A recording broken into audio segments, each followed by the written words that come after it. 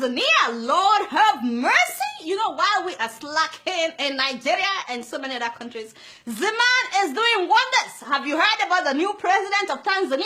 They call him the bulldozer, and rightfully so, because the man is bulldozing corruption, laziness, and overspending among government officials. Ladies and gentlemen, meet the man that gladdens my spirit. I hope that all African presidents are watching. Well, they're probably not watching, but anyway, I hope they can learn a few lessons from the man, Dr. John Magufuli. He's a farmer's son whose first real job was a school teacher, and then he educated himself as an industrial chemist and eventually became Tanzania's Minister of Public Works before winning the election in November of last year. Yeah, just last year. You would not believe all that the man has done. The first thing he did was to suspend the Independence Day celebration. He said, what are we celebrating when people are dying of cholera? I was like, whoa, how many people have died of cholera in Tanzania? 74? 74 people?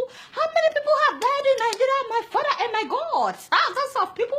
Boko Haram has killed thousands of people in Nigeria, and we did not suspend any party or ceremony. Even our new president was in Ogun State, you know, celebrating in Ogun State after the incident that happened in Dalori. Meanwhile, a president cancelled Independence Day celebration because like 70-something people were killed by cholera.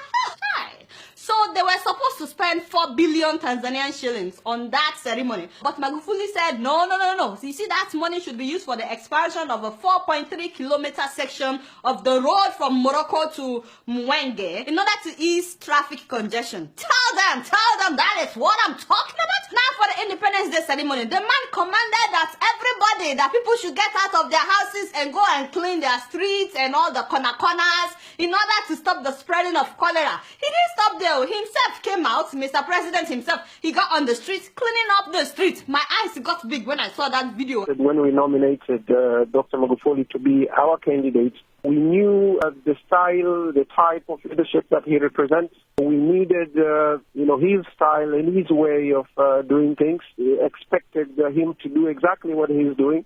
When some Nigerian officials, even those that are not even presidents, they are not presidents, when they will be feeling pompous, because of what he did, his own officials also got on the street, cleaning up the street. Imagine what will happen the day we see Oga Saraki with a broom, or Oga Dino Melaye, or Senator Bruce. That man's very loud on Twitter. Anyway, the man banned all foreign travels by public officials, public servants, except when it is essential travel, and they must get permission from him or from the chief secretary. In fact, on the 21st of November of last year, a group of 50 officials were going on a tour of Commonwealth countries. The president cut down the list from 50 people to 4 people, and he saved the government 600 million Tanzanian shillings. Recently, during the Commonwealth conference that President Uhuru Kenyatta attended alongside other senior government officials, his Tanzanian counterpart slashed the size of delegation to the conference from 55 to just 4, thereby saving millions of shillings. Money they would have spent on tickets, accommodation, and per diem, no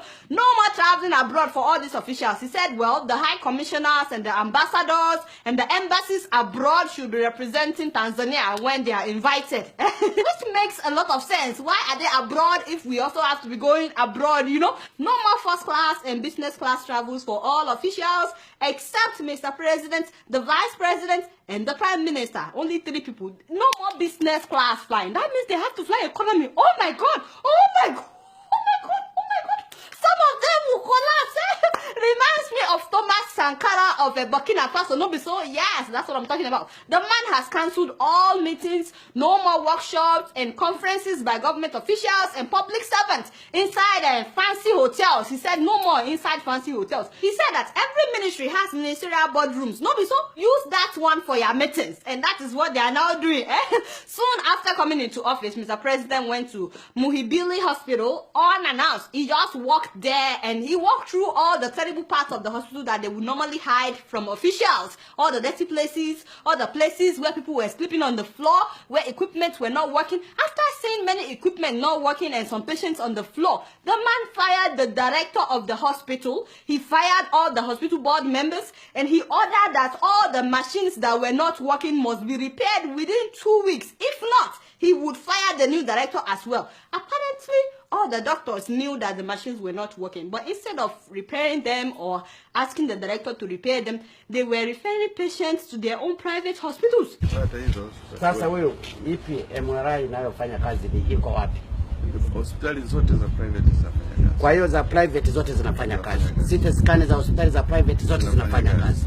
Za hospitali ya hapa Muhimbili zote hazifanyi kazi. I know that something like that is going on in Nigeria as well. No, so anyway, he gave them 2 weeks to fix the machines, but guess what happened? The machines were repaired in 3 days. 3 days. And so it is possible to repair this. And then when they opened parliament, they planned a state dinner that would cost 300 million shillings. And when he heard about it, he said, you see this 300 million shillings, make it 25 million. Whatever we can eat with that, we will manage. Now, the rest of the money, he said they should use it to buy hospital bed for that hospital that he visited, you know, Muhimbili Hospital. So they bought 300 brand new beds and mattresses and 600 bed sheets from that money. Can you imagine? They would have eaten with that money and that would have been the end of it. Now they have 300 brand new beds to admit people into the hospital. By the way, he said that why were engineers using V8 engine vehicles when they were supposed to be using pickups? He said that is more suitable for their jobs. So now they've changed all the vehicles. No more sitting allowances for officials. He said, how the hell are you paid allowances for a job which you have a monthly salary? That also applies to members of parliament, by the way. No more sitting allowances. It was so funny when I heard that the day after he was sworn in, the State House officials were showing him around, you know, his new residence, but he was not really impressed by that. He said he decided to take a walk to the Ministry of Finance. He got there and he told them to get their acts together. He asked why some employees were not in office yet, and I heard that since that day, the traffic jam in the mornings has really increased because people no longer show up late to work after Mr. President's visit.